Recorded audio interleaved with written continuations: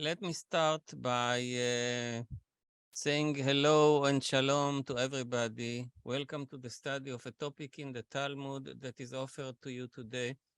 I would like to thank in the beginning to Dr. Joel Finkelman, the curator of the Judaica collection in the National Library of Israel, and to Mr. Tadeusz Wolensky, who opened now the event, the project manager who invited me to give this lecture.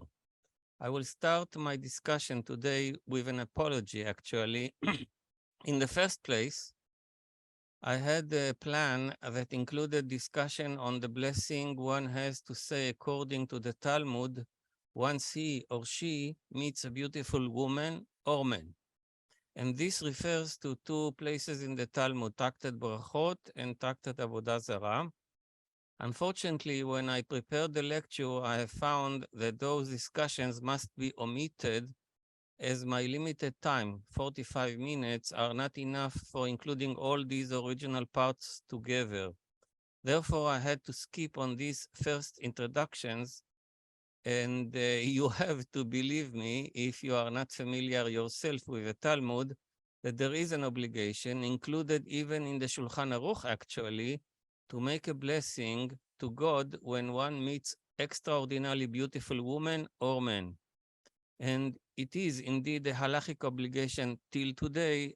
I'm not talking about the practical side, which the Mishnah Berurah, one of the last poskim, actually tries to omit from the system, but that's another question. If you look in the Shulchan Aruch, that's what you find. Two other topics that I wanted originally to include in the discussions have to be omitted again because of lack of time. One is the discussion about the perception of Buber, which will be mentioned here, but only, by the way, because I don't have time now to explain everything, and the symbol of the light that we'll speak about later, which demand a lecture for itself. It is also important now in the beginning of my discussion to say that when the Talmud speaks about beautiful woman, it is at the same time also what we would call now in the street language, sexy woman, attractive woman. The two topics, the aesthetic and the sexual side, are always mixed when they're speaking about, even in the Bible, by the way, when they're speaking about a beautiful woman. I will start then my lecture with the main story I would like to analyze with you together on a rabbi that met a very sexy woman and was taken by this beauty to do a grave sin. The story is on Rabbi Amram Hasidah, who lived in Babylon in the 3rd century after the current era, and it appears in the Talmud Bavli in Masechet Kiddushin 81a. Let us then read the story together, and I will use for that the sharing screen of the Zoom in order to be clear, because my articulation in English, I guess, is not the best. So, first of all, the text, and then we can go on with the discussion. Namely, we start by reading the text itself, because I'm not sure that everybody is familiar with the text in the Talmud. Just a second, I'll share the screen.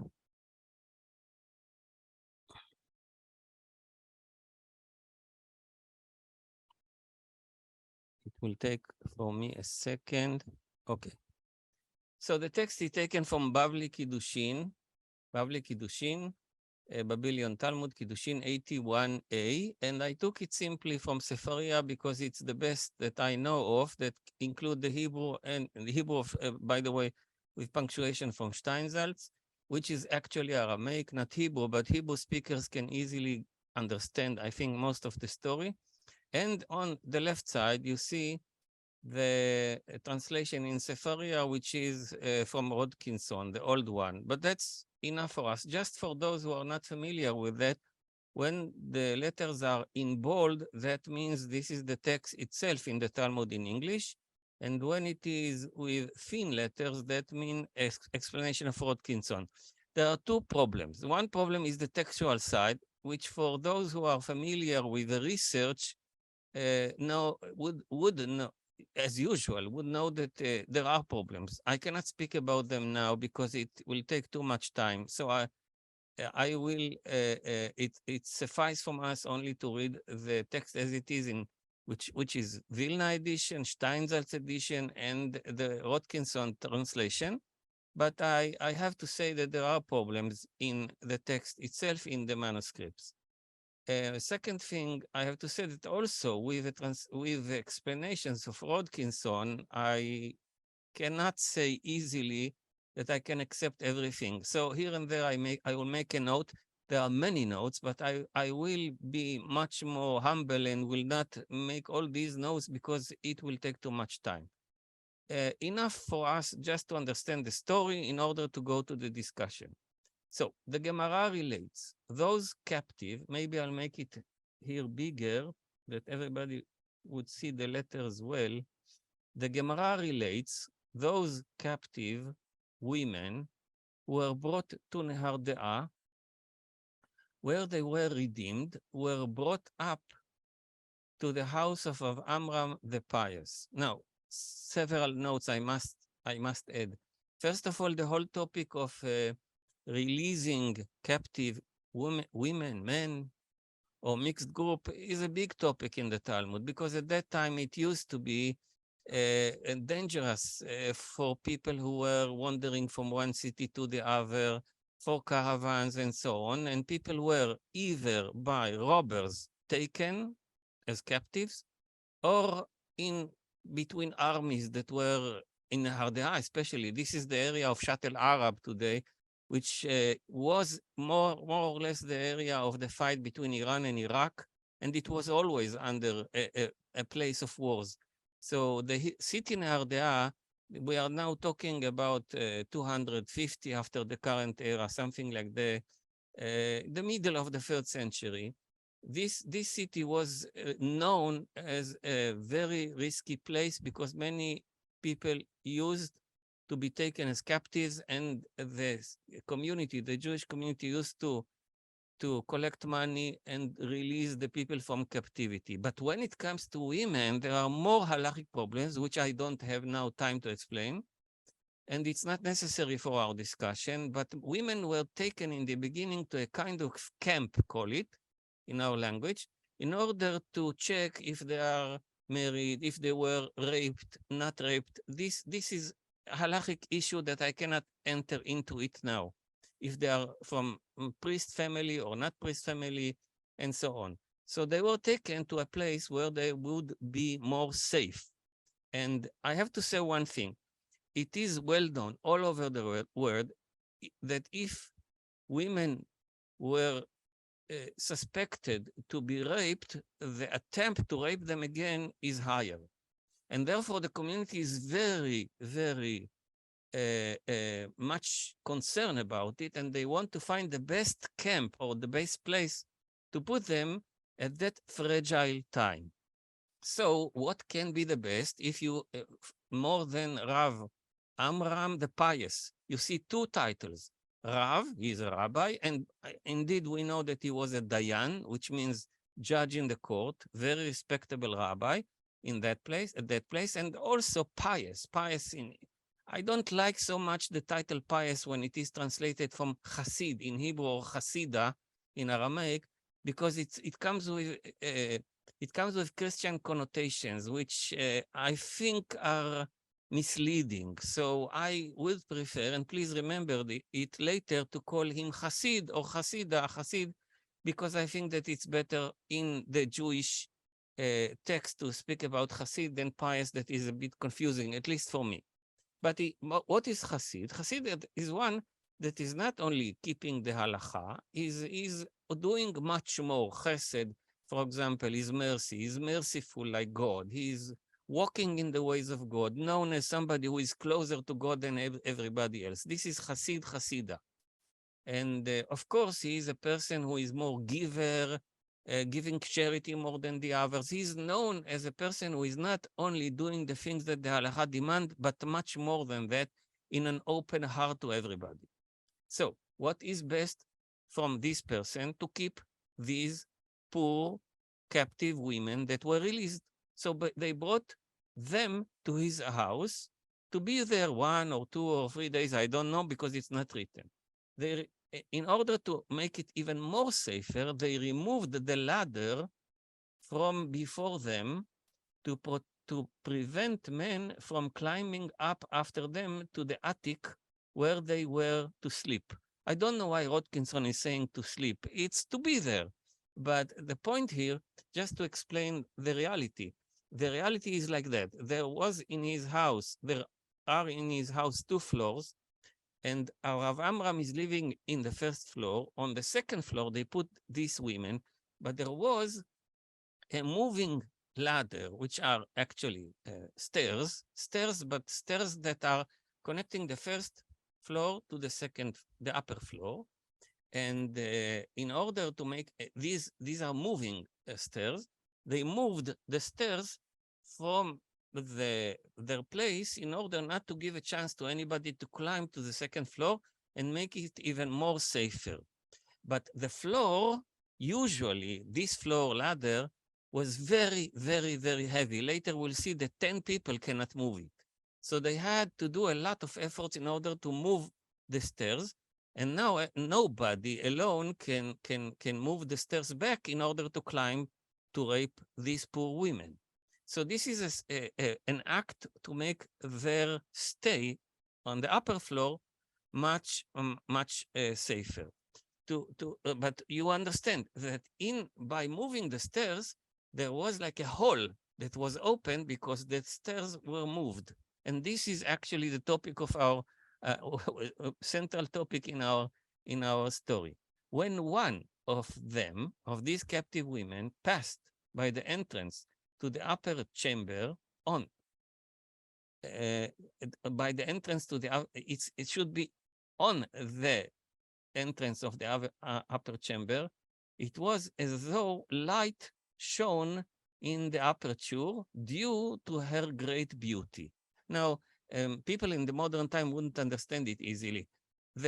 In simple words, what happened there is one of them passed, probably skipped on the hall, and because she was so sexy, this sexual is depicted here as great light that came from her. And since Rav Amram happened to be there down and saw the light, the desire, the power of desire as shining power to him, it was so like a superpower that took him, and he could not resist himself to what we'll see. Rav Amram grabbed the ladder, it should be the ladder that we spoke a moment ago about, and then that 10 men together could not lift. But the desire was so strong that he got such a superpower in himself that he moved the ladder, and now he is starting climbing on the ladder in order to rape this poor woman. Lifted it on his own and began climbing. When he was halfway up the ladder, halfway is very symbolic here because it's halfway also describing the not being able to move to the upper floor in order to do the sin, but not able also to go down because he is torn out to pieces.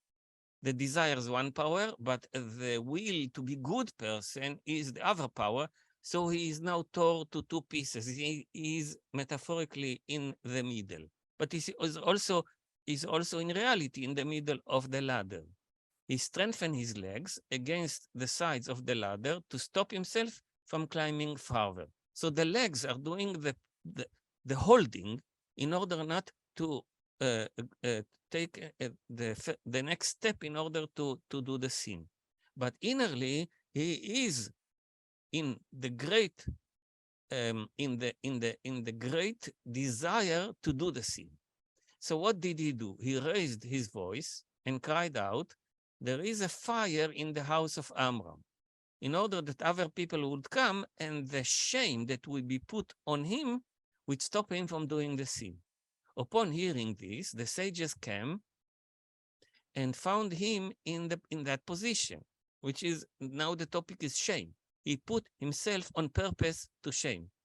But interesting enough, they said to him, You have embarrassed us. You put a shame on us. Actually, it should be translated shame, not embarrassed, because this is the kaseftinan is put to shame. Since everyone sees that you had intended what you intended to do. Rabbi Amram said to them, it is better that you be shamed in Amram's house in this word and not be shamed of him in the word to come. He took an oath. This is the last part of the story.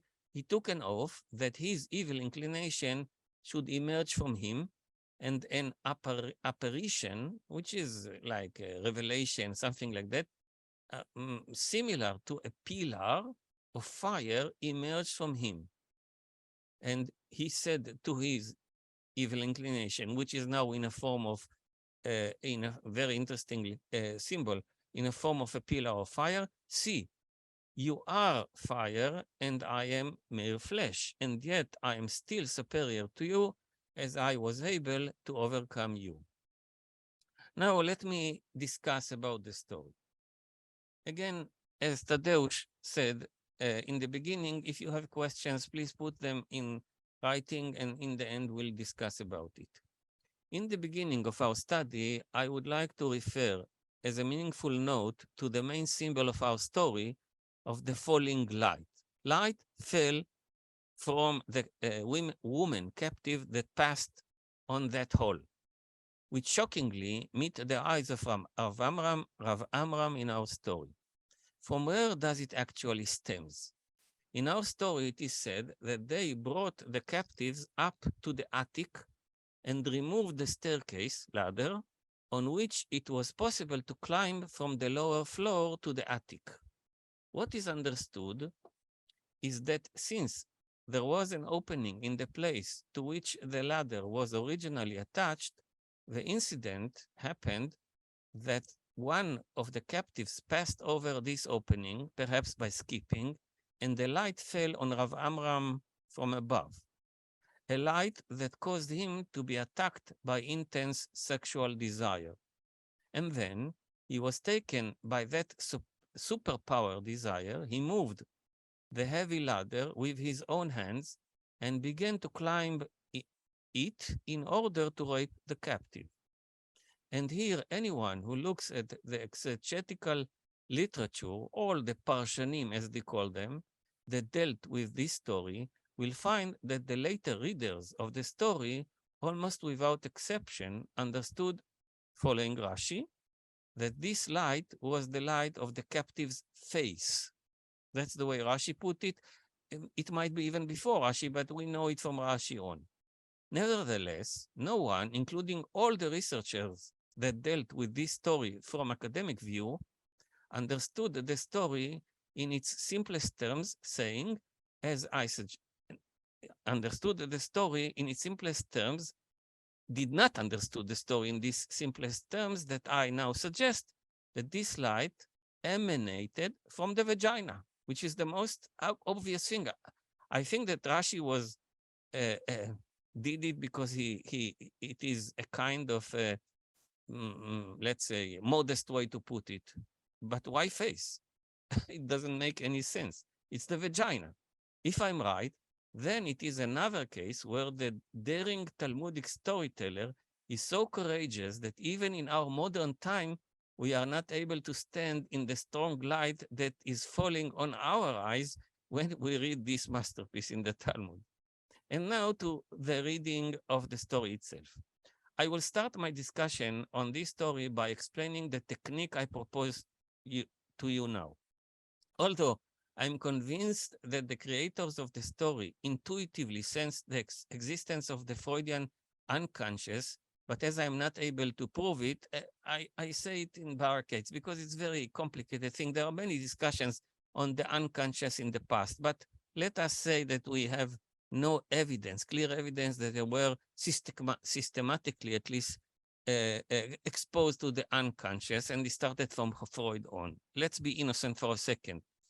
Then I would suggest approaching it as follows.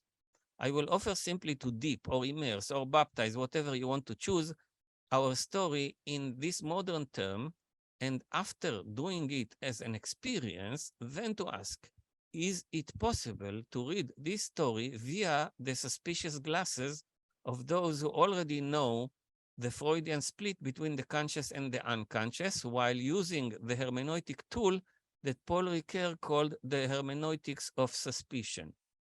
I am then only sets here a modest goal. I am trying to test with you the result of a Freudian possible reading of this Talmudic story as a literary experiment. Following this idea, I let myself put in front of you now as a working assumption the hypothesis that the writers of this Talmudic literary masterpiece have built the figure of Amram as a person who is suffering because of being split. That means, using modern terminology, for a while, in the center of this design story stands the gap between what Rav Amram knew consciously about himself and what Rav Amram knew unconsciously in a vague and repressed manner. Rav Amram knew that the title Hasid only reflects the front of his behavior in the display window, but it does not truly reflect his conflicted inner state. That what lies in the back door of his mind, in Erving Goffman's terms, which refer less to the psychological side and more to the sociological effect of this split behavior. Amram, therefore, knew deep in his heart, even if he did not know it consciously, that there is a hidden cellar within him from which demons can occasionally emerge and lead him widely to forbidden places. But this knowledge was repressed or suppressed by the ordinary consciousness of everyday life. In Freud's terms, the ego, repressed or suppressed, was ego suppressed into the hidden, the id, what it did not want to meet, which was nourished by the respect given to him by his community people, seeing him as an elevated, superior to them, not only as a rabbi, which means great, big in Aramaic, but also as a Hasid. From this point of view, this gap between what others saw in him and what he knew did not know about his inner truth is actually the subject of our story. It is likely then that the ascetic tendency of Rav Amram, the Hasid, was also nourished by this split. Just as a note inserted here for a moment, Christopher Bolas, a British psychoanalyst, argues in relation to families where ascetic exaggeration prevails, which according to the psychoanalytic approach is nothing more than a defense mechanism against threatening sexuality, that in such families, the mother usually will exaggerate her speech in order to cover through her dramas the thing that threatens her, namely the sexual concealed element. For men who grew up in such families, the mother's compliments turn out to be a trap, says Bolas. This mother wouldn't see her son as he is, growing man, but exaggerate and decorate her son with fantasies as someone great, from a religious point in many cases. Such a son who assimilates the mother's point of view within him, such a son constantly needs the renewal of the compliment of being Hasid or Tzaddik, righteous person, whatever, which is frequent phenomenon in religious families for those who know, especially in ultra-Orthodox society. Anyhow, coming back to our analysis of the Talmudic story in Freudian eyes, we say again that our story deals with a gap between the external fake behavior and the internal truth, the gap between authentic and the false. But now, this is the starting point from which our narrator sets out. And here, according to this reading, the reading that follows the term unconscious, something new and surprising is revealed to us. We suddenly notice that the timeline of the story is simply reversed. According to this Freudian reading of the story, it becomes clear to us that the protagonist, Rav Amram, was in distress, annoyed that he did not know about what exists in himself in the dark, working in the cellar, and like any other symptom, caused discomfort, suffering. What is important to emphasize now, however, is this. This anguish did not stem, as one might think, from the sexual drive itself, but from the gap between the mask of Rav and Hasid he wore on the outside, in the front, and what was hidden somewhere in the back, in the cellar, far from public eye and also far from Amram's conscious plane. This note, by the way, is shedding light on the masculine constant need in our society and in the past for sex all the time as well. This gap is what actually drives Rav Amram's movement in our story.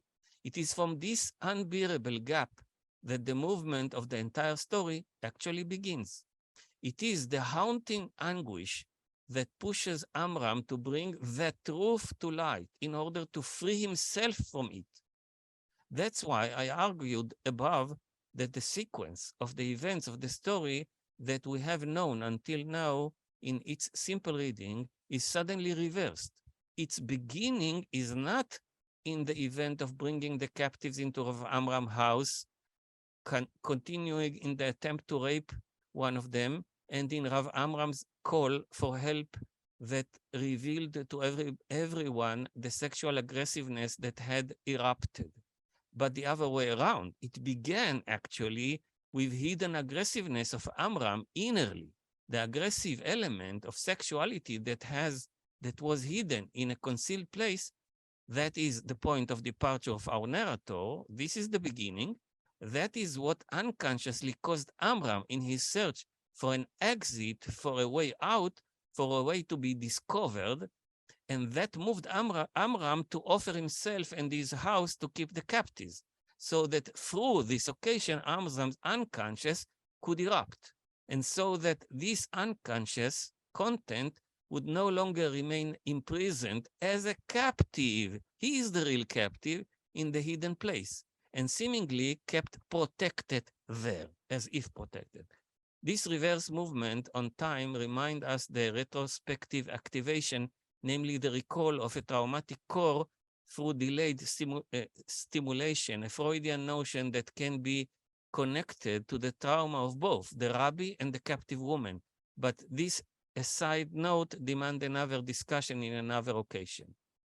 We see now, however, another interesting point in the sophisticated design of this Talmudic masterpiece. A clear analogy is stressed now between the captives imprisoned in the secret place, apparently to protect them from attackers, and between the internal captivity of a part of Rav Amram's soul, caught as a captive, and I stress the point that this is a feminine side, the anima, according to Jungian teaching, in a secret place, apparently to protect him from attackers. We now think of two possible reactions to the oppressive pressure of the symptom. And as a result, we can realize the contribution of this clarification to the attempt to understand Rav Amram's behavior in our story. It is possible to be freed from the symptom, from the anxiety of the gap described before us in two different ways. One can throw away the title Rav and Hasid and openly live the basement life, the cellar life, that until now has been steering in the mysteries of the unconscious. This, for example, is what Elisha ben Avuya chose to do according to the Midrashic description. This Elisha, again, I must emphasize, according to the description that appears in the Talmudic literature, not many researchers have another assumptions, does not find any inner truth in the title Rabbi, and he sees in it only a mask game of social honors that has no inner truth behind it, perhaps even close to the way that Emil Durkheim and Sigmund Freud will describe the life of the religious community as a life of saying amen to the community itself, and amen to the social body itself, amen to the identity of the Jewish body itself, not to God. That is the totem, the God of the group. But this is not Amram's way. Amram chooses religious truth at the expense of the group's games of honor, and he makes a movement of rejecting not the religious dimension, but the social mask, the persona in Jung terminology, in order to be authentic and at peace with himself on the religious level. This movement of getting closer to God is given a name in our story. This is the choice in the life of the next word, Olam Haba. Namely, it is not a choice at a certain point of the timeline, but in a life here on earth whose taste is the taste of the next word, authentic religious life. If Amram had not stopped on his way up the ladder and called for help, but had fall into the hands of the instant egoistic urge, I eat relation in the Buberian terminology, which I don't have time to explain, into raping the unfortunate woman and then pretending that nothing had happened. This is not a rare case. It happened a lot.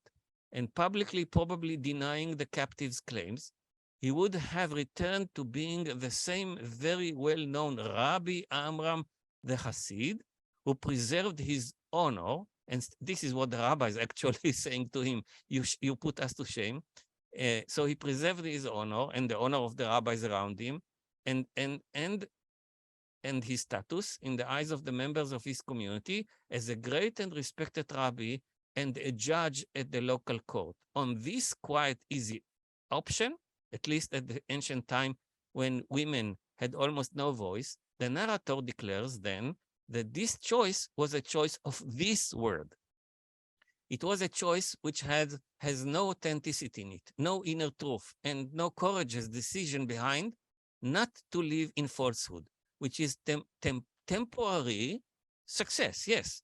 But in any case, it lacks the religious truth as the eternal seal. The Talmud calls it Chotamo shel HaKadosh Baruch Hu Emet. The seal of God. To be with God means to live in authenticity. The divine seal in the Talmudic terminology.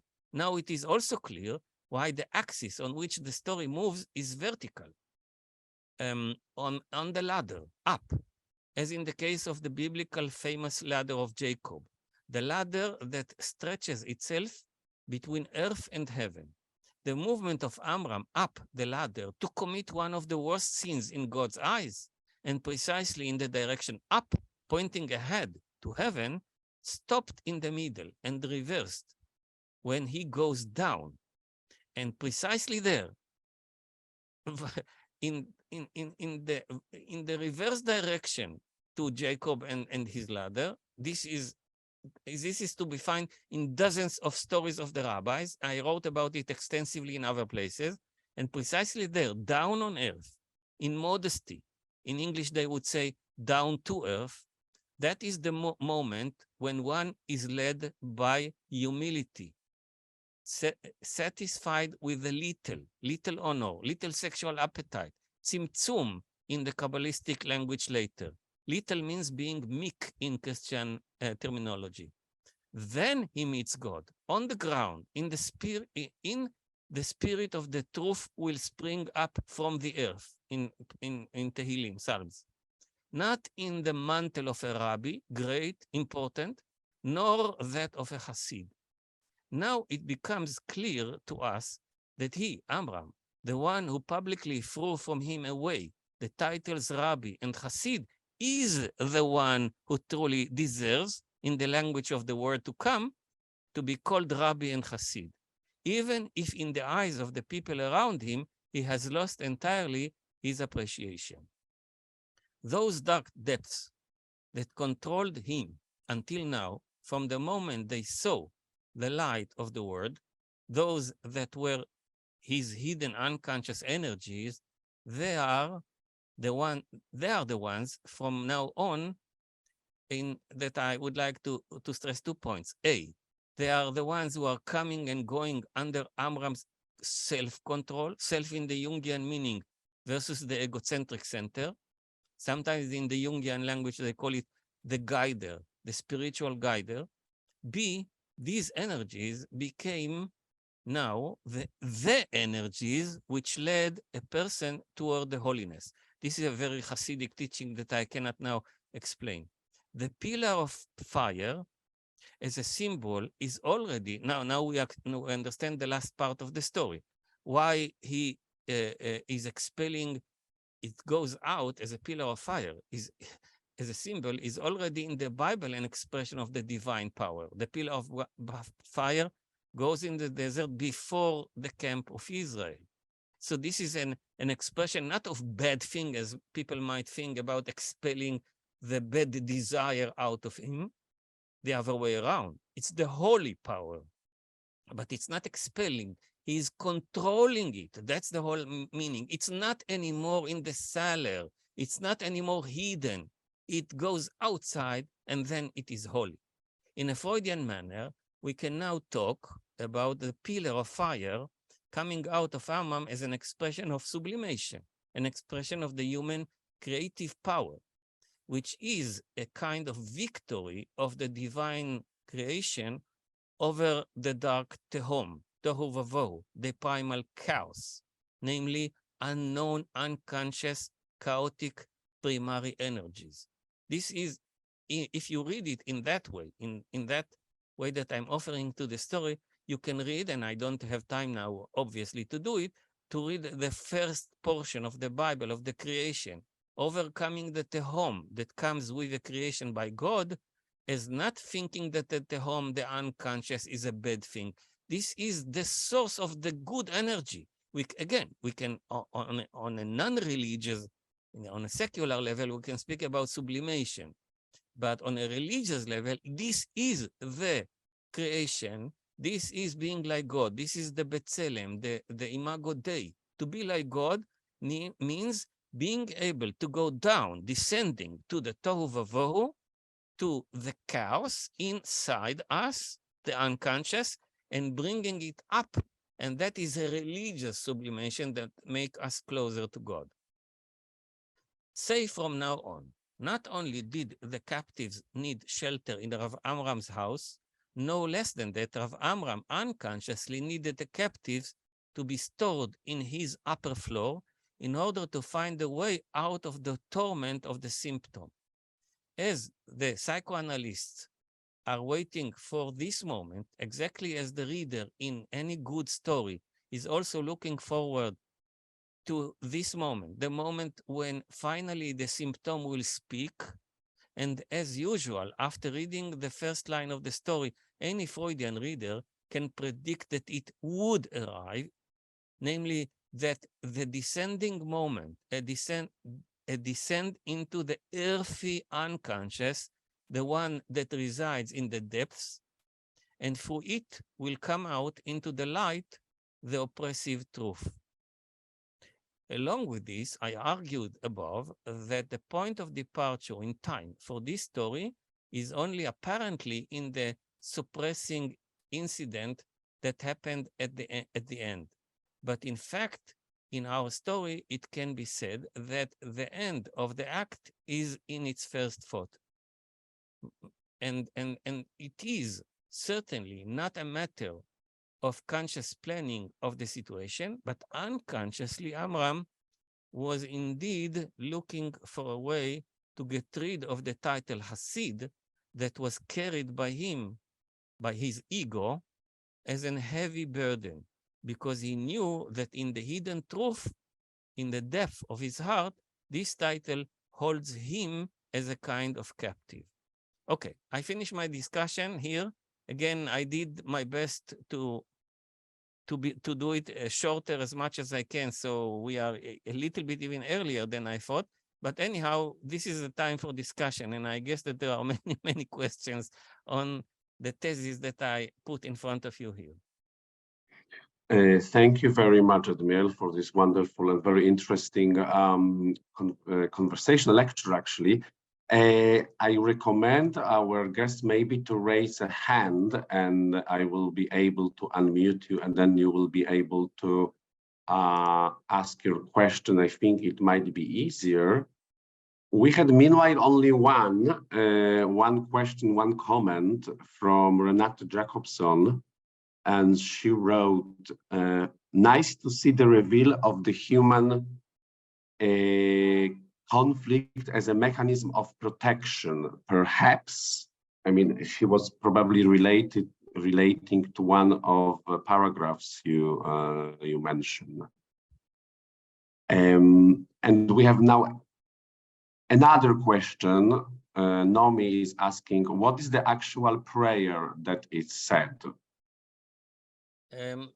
Let's start with the second one. Both I don't understand so well. Maybe they have to explain themselves. Which prayer you mean in the question? Yeah. So I will unmute Naomi. And Naomi, are you fine with this? I will need to find you on our list. Yeah. I unmuted you, so please say it loudly. Explain which prayer you mean. Naomi, you should unmute yourself. You are on mute, Naomi. Thank you. I thought at the beginning of the lecture, I heard you say that we were supposed to say a prayer when we pass by a man or a woman that is so extraordinary. No, it's not a prayer, Naomi. It's not a prayer. It's a blessing. Baruch Ata Hashem, as we say, blessing on everything beautiful that was given to us. There is also in the Mishnah and later on, as I said, until the Shulchan Aruch, it is formulated even in the Shulchan Aruch today that if we meet an extraordinary, beautiful person, and it is including a woman, which is obviously in the Talmud also a sexy woman, not necessarily that is the case, but here you see that it is about sex, yes? And this is for them a blessing that comes from God. This is connected to the topic I avoided speaking about at that moment because it demands a lot. But since you ask, so I'll say something about it. And since we have several moments till the end.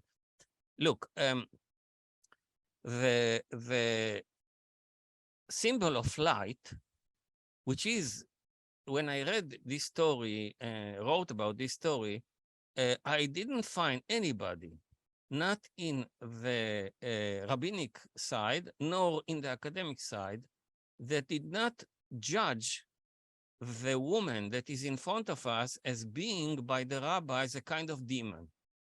Everybody sees her as, I'm not saying to be blamed, but their appearance with the sexual power is for them something that comes from the satanic side, if I may say it in that simplistic way.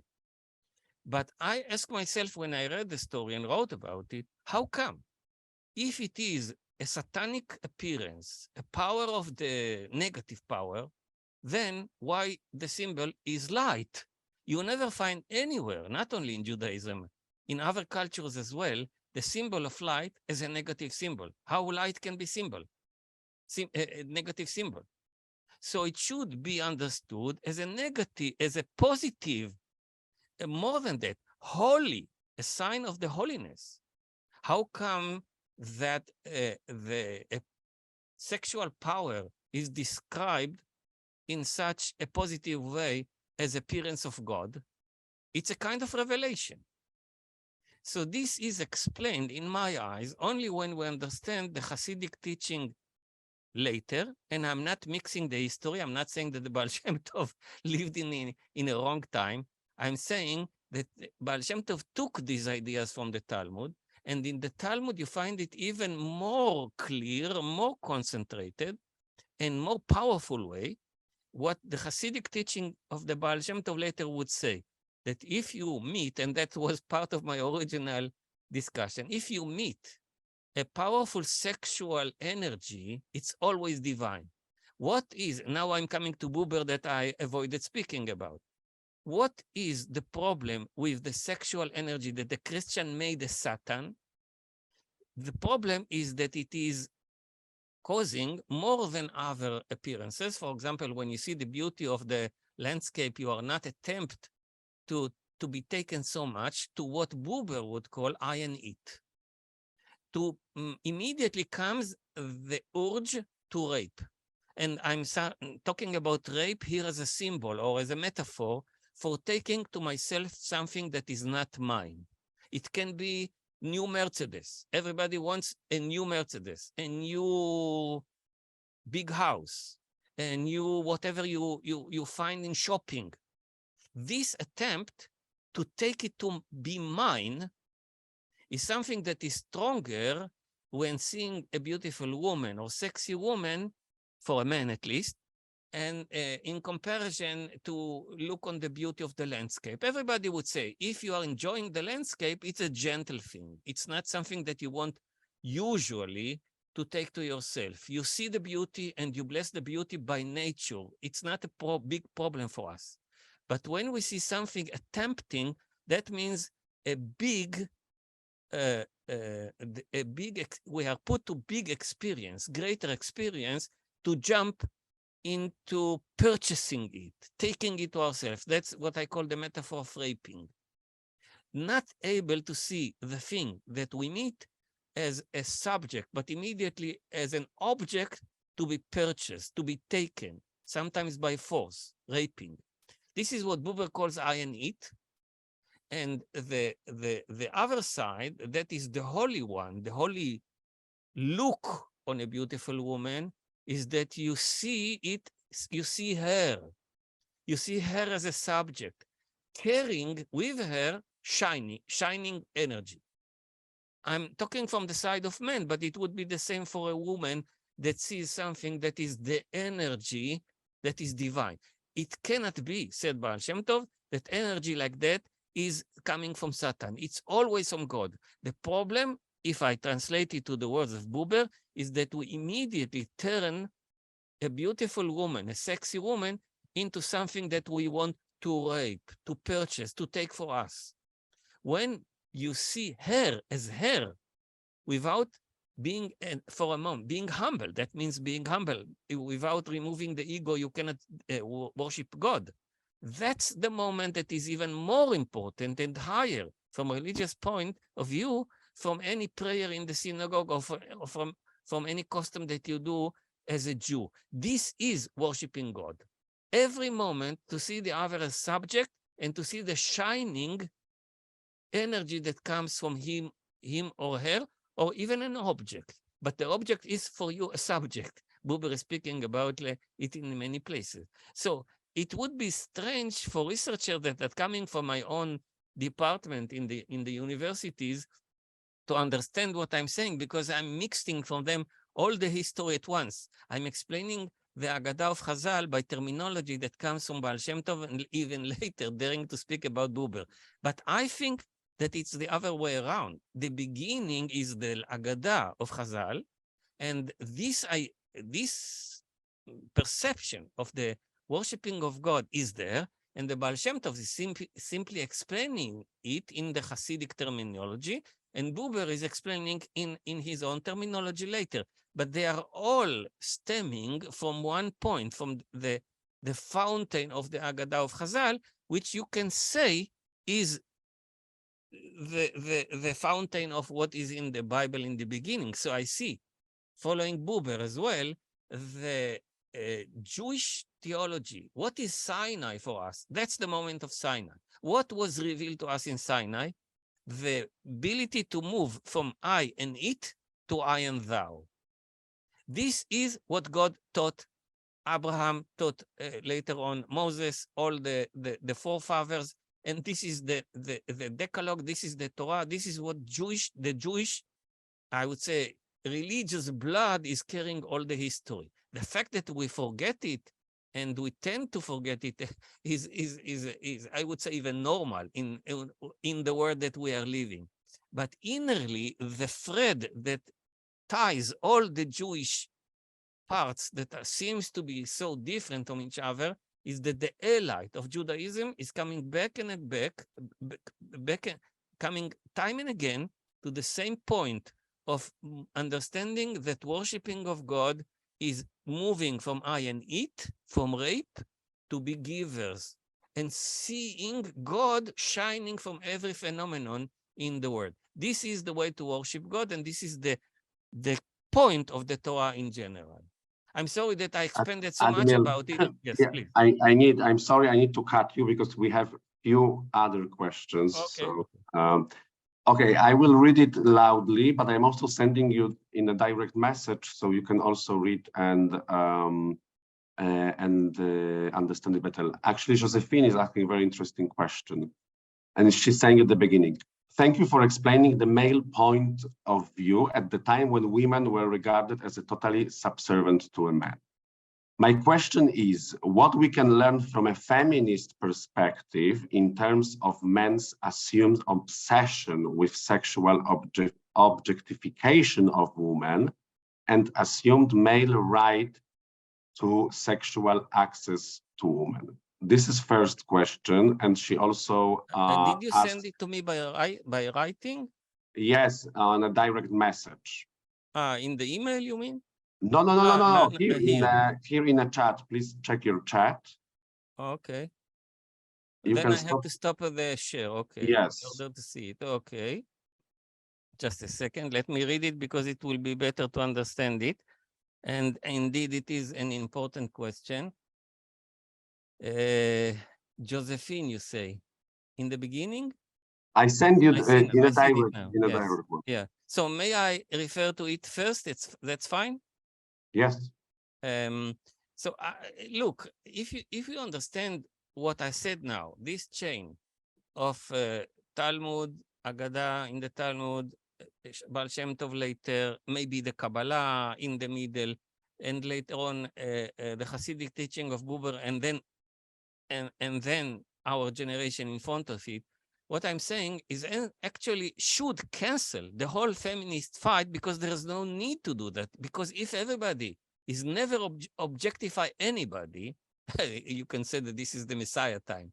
But if everybody is seeing the other never as an object, not objectifying anybody, because the whole feminist fight, as I see it now, and I understand it, I'm not against it, is built on the word as we know it now, namely that everybody, including women, are objectifying men.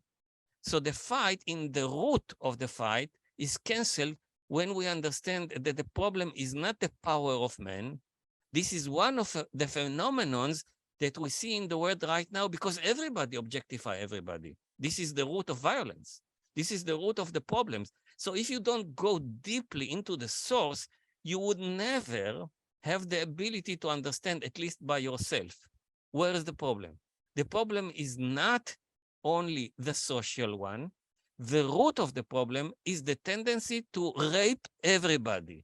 And I say it clearly, even women are raping men if they have the power, because this is the world as we know it.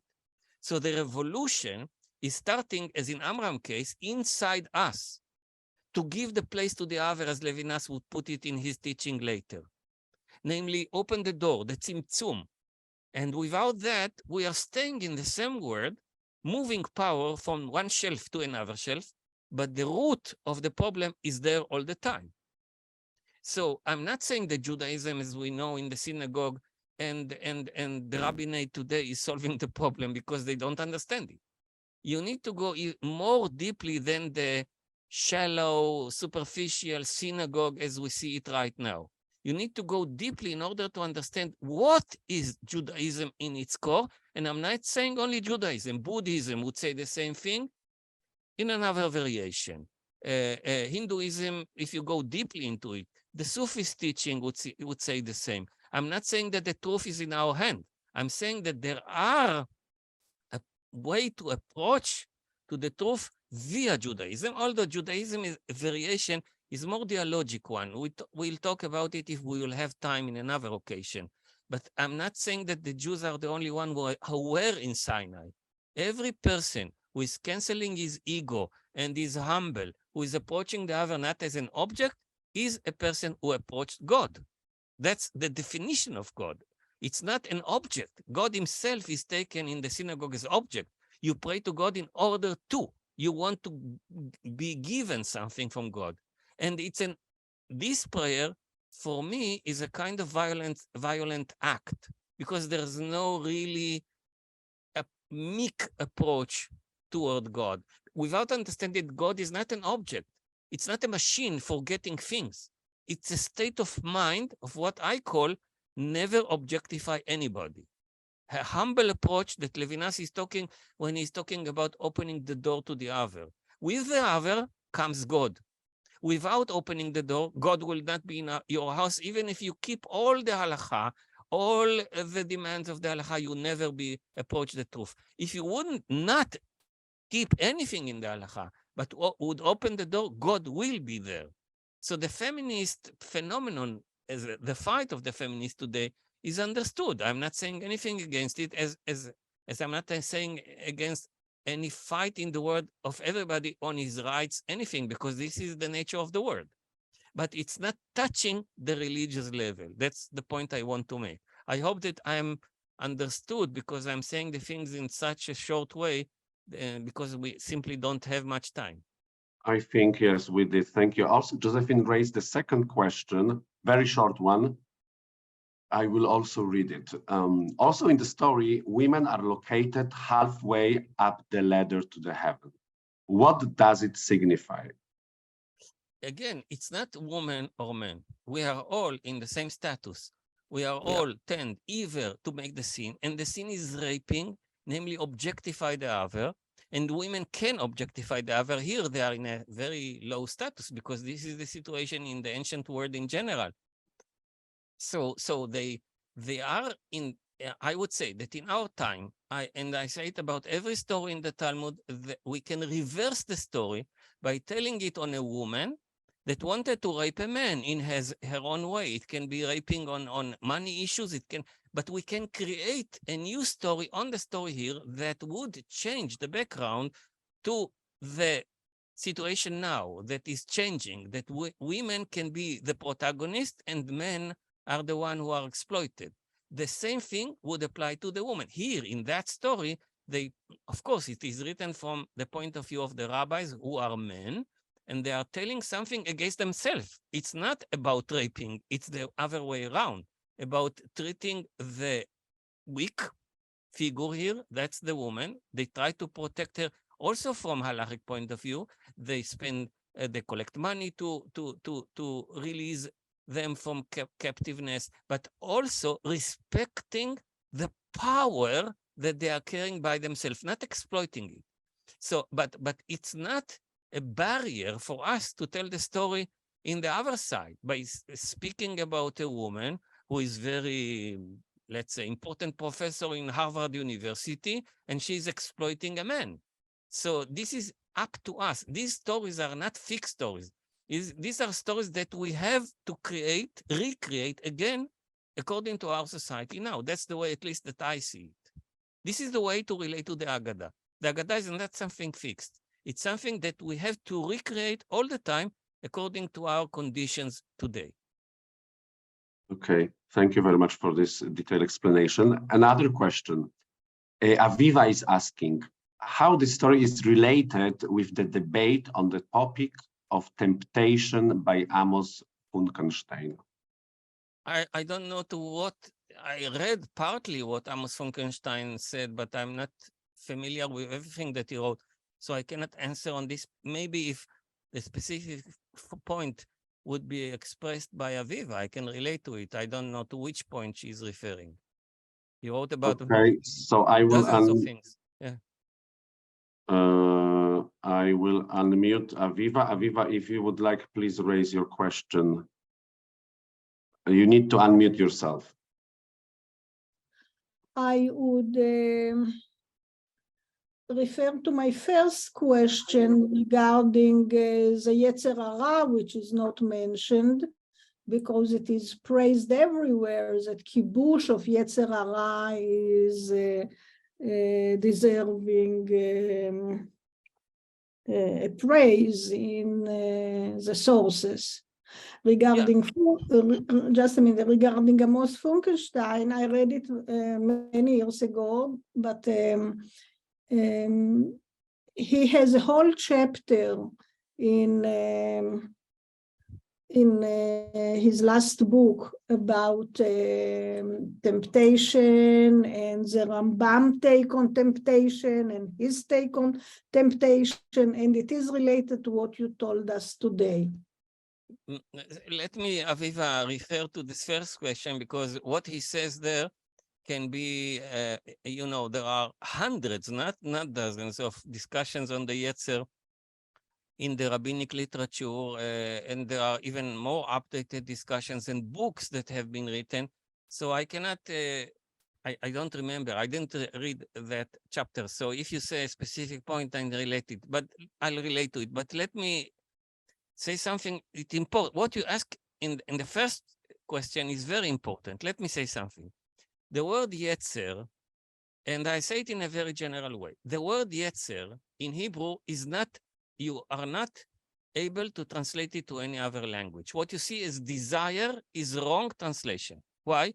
Because the word Yetzer is energy, and the energy is never bad. Therefore, in Hebrew, you have to say Yetzer hara in order to say that it moved to the wrong side.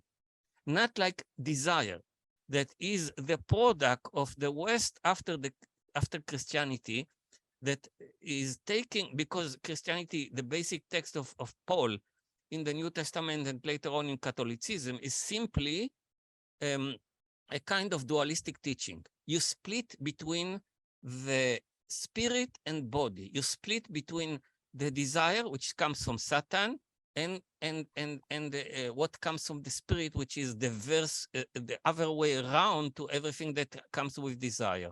But in Hebrew, the original Hebrew, Yetzer is never bad. It's energies. And as I said, by sublimation, it always becomes energies of creation, imago Dei, following God that created. Take the simple fact that in Christianity, you have the monastery, you have monks and nuns that are not touching anybody's body because they are not about eros, they are about thanatos.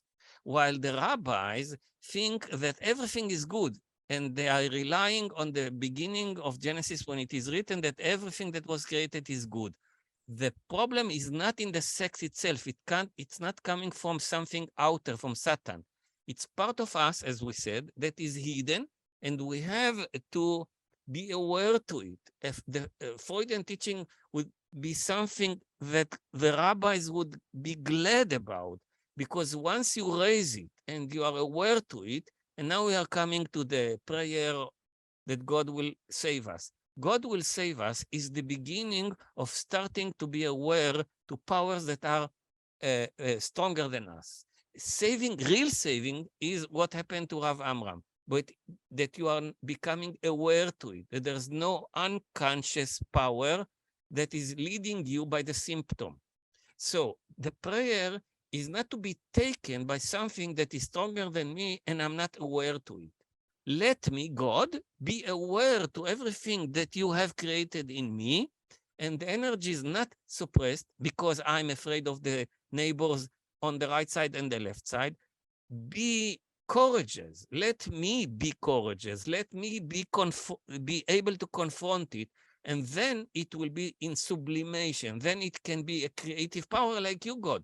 God is creating, and we are not recommending any life, ascetic life in Judaism. The rabbis almost never recommended it, only for a while. But for the long run, life that are lived along with the rabbis in the Talmud are life that are creative with these energies. And then the Yetzer becomes tov, becomes good.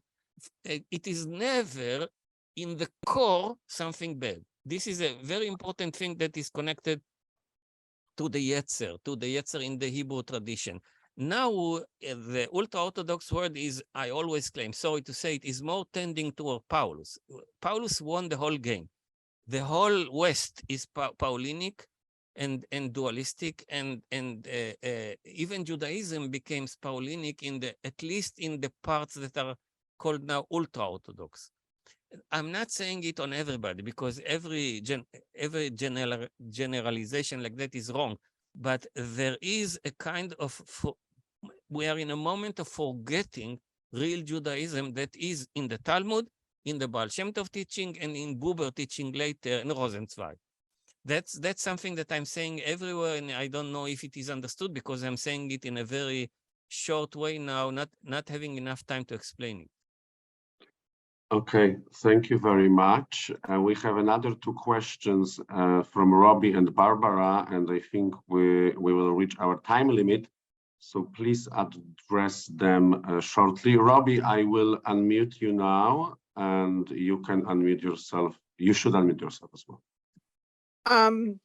First, I want to say that the last 20 minutes have been unbelievable for me. Thank you so much, Professor Kosman. Thank you. Anyhow, my question is kind of mundane compared to everything we've just been talking about, but I'm a little conflicted about Amram's and going up the ladder, cry out to the other rabbis to get him to help him unmask himself. Why isn't it a better thing for him to have been able to do that without the others there, but to realize on his own what was going on and be able to walk back down the ladder without confronting the other rabbis? I guess that you yourself can see how courageous it is to put himself to shame, lose the titles that actually what was in reality, we never know. These stories are only masterpieces that were written. And as Yona Frankel has pointed out 30 years ago, and now all the academia all over the world are reading these stories never as a piece of history. They are not documentary that came to us. They are all pieces that I call always Shai Agnon at that time. Masterpieces that were written mostly it might be on a core that was historic, but usually we cannot rely on it historically. So we never know what happened, but the profit, I would say, what the story is gaining from designing it like that is to say that the problem of Rav Amram is that he was captive of the titles. I know it by myself. If I'm called professor, suddenly my ego is, flourishing. I can see myself as not in reality. I don't have actually in real life any difference from anybody else that is not called professor, but the professor is misleading. The title is a problem. I know a rabbi that died, unfortunately, several years ago that used to say to me always secretly, my real problem is the title rabbi. I'm a captive of that title. It is misleading me. And I don't want it because really worshiping God is naked. So the story is designed in such a way that only when you get rid of it, you are able to get rid of it, you are coming to your authenticity. You can really worship God only by truth.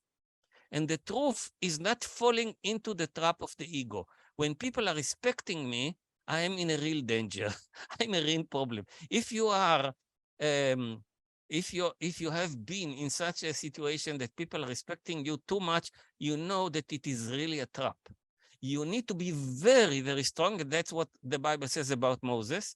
Philon has a very, very nice discussion. Why Moses was such an extraordinary person? Because although he was respected, he never fell into the trap. And therefore, the Bible says in Numbers, in Bamidbar, that he was the only one that was so humble, not like anybody else, because it is almost impossible for a human creature to stand in the attempt to fall into the trap of the ego when you are respected. So being able to throw it away when you know that the truth is hard to realize. Think about a moment that you are put to shame in such a way. This is the last thing that we want in our life. Many people would commit suicide and not do it. So this is a moment of giving yourself to God. And this is the moment that you can be really a Hasid. That's the moment that the people around you are all mocking you, but you know that you did something that is the real truth from religious point of view.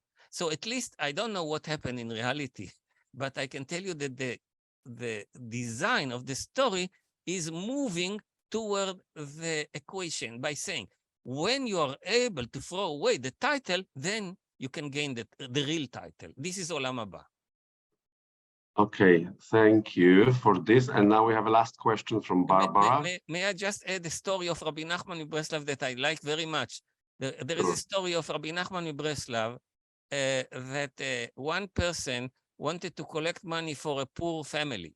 So he went to a very rich person, and this rich person said to him, look, if you are really caring about this family, I'll give you the money, which was a huge sum. But my condition is that you will take on yourself, wear a garment of a priest and walk all along the high street of our Jewish neighborhood, and everybody will mock you for doing it. Are you able to do it? And he said yes. So he wore the garments of a priest as if he if he changed his religion to Christianity, and walk all along the street, and then the rich person gave the money and he gave it to the poor family. And Rabbi Nachman ended this story by saying that when he died, after many years, they have opened the grave and they have found that all the body was kept as it is, like righteous people that are kept without being rotten in the grave. Only one finger was rotten because the garments of the priest did not reach this finger. This is the end of the story of Rabbi Nachman. Thank you. Okay, Barbara, please raise your question, and this will be the last one. Meanwhile, let me just remind you that this session is recorded and will be available under the link I'm sending to you now. Barbara, please ask. So thank you very much for this very interesting presentation. I would like to ask you about the light being the vagina. This is actually not a self-evident interpretation of what you talk about as This faith. is not, I didn't hear the last sentence. This is not what? Not self-evident. It's not self-evident that describing the light as the vagina is not self-evident as an interpretation of face.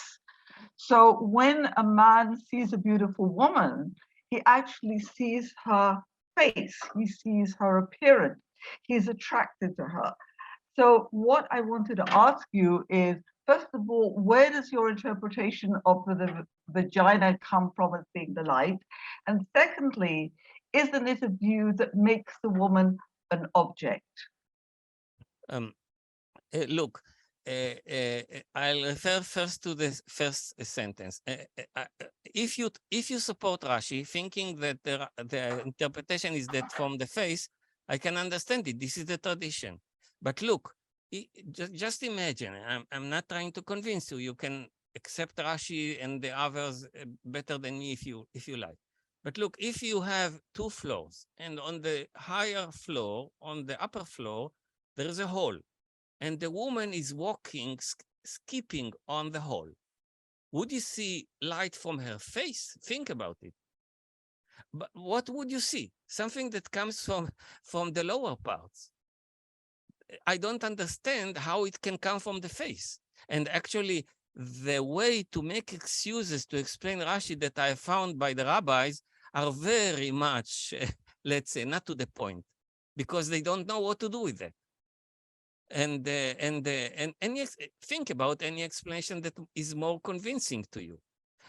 But I have to say that the vagina is a holy place. It appears also in the Zohar, appears also in Rabbi Nachman teaching, and appears in Hinduism in the Gita as well. This is not something strange. This is a very powerful energy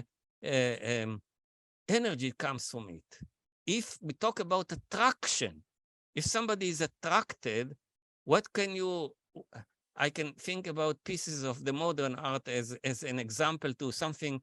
I think it was Monet, that a very, very famous picture of Monet that shook the world at that time. But it's not for vain, because this is a very, very shining place, I would say. I recall a discussion in the BBC of Shama about this piece that I'm talking about. if, of course, if we are educated Western people, it is not something that we talk about openly, but the rabbis were pre-Christian. This is another culture. They had no problem to talk about these things that are embarrassing for us. But this power, the fact that we don't want, and we see it as not politically correct, so to say, to speak about it, is the result of our society. It's not matching the word of the rabbis. They are talking about the most, let's say, things that we try not to speak about openly. That's a Talmud. If you are able to read the discussions in the Talmud, you would be shocked in many places. This is not the only place. Yes. So think about it that we are post-Christian society, that many things that in other, not only in Judaism, in other cultures as well, were openly discussed. You know, Margaret Mead wrote extensively about it, that we as Western people are coming to societies that are not still not absorbed into the Western society, and they don't have these hesitations that we have to speak about these kind of things. Now, about objectification, this is exactly the whole story, that this is a divine energy. This is not, if you, and Buber would say it in that way, if you are able not to objectify, then you see energy. That's what Baal Shem Tov is saying in his Hasidic language. Just because you are not falling into the trap to see something that you can purchase, take, rape, then you see energy. This is what the artist can do. This is what a holy person can do. He never falls into that trap. So the woman becomes carrying in herself holy, therefore the symbol of the light, holy energy in her. So what can be better than seeing a person in such a way that you see aura around him? This is against any objectification. And precisely there, when the temptation is so big, the light of God is bigger. To see a person in that situation as carrying in himself such a holy, shining light. That's the whole point of sublimation, but on a religious level. I hope that I could explain the point in such a short way that I'm writing for 30 years in many occasions about it. Yes, I'm sure you did, and our audience really appreciate it because I see it from the comments.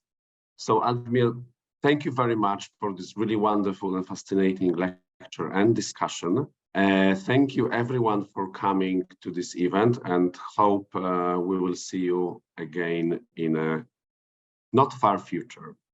Thank you, and have a good evening, and Shavua Tov lekulam. Thank you, Tadeusz. Thank you, everybody, for joining us. Bye-bye. Bye.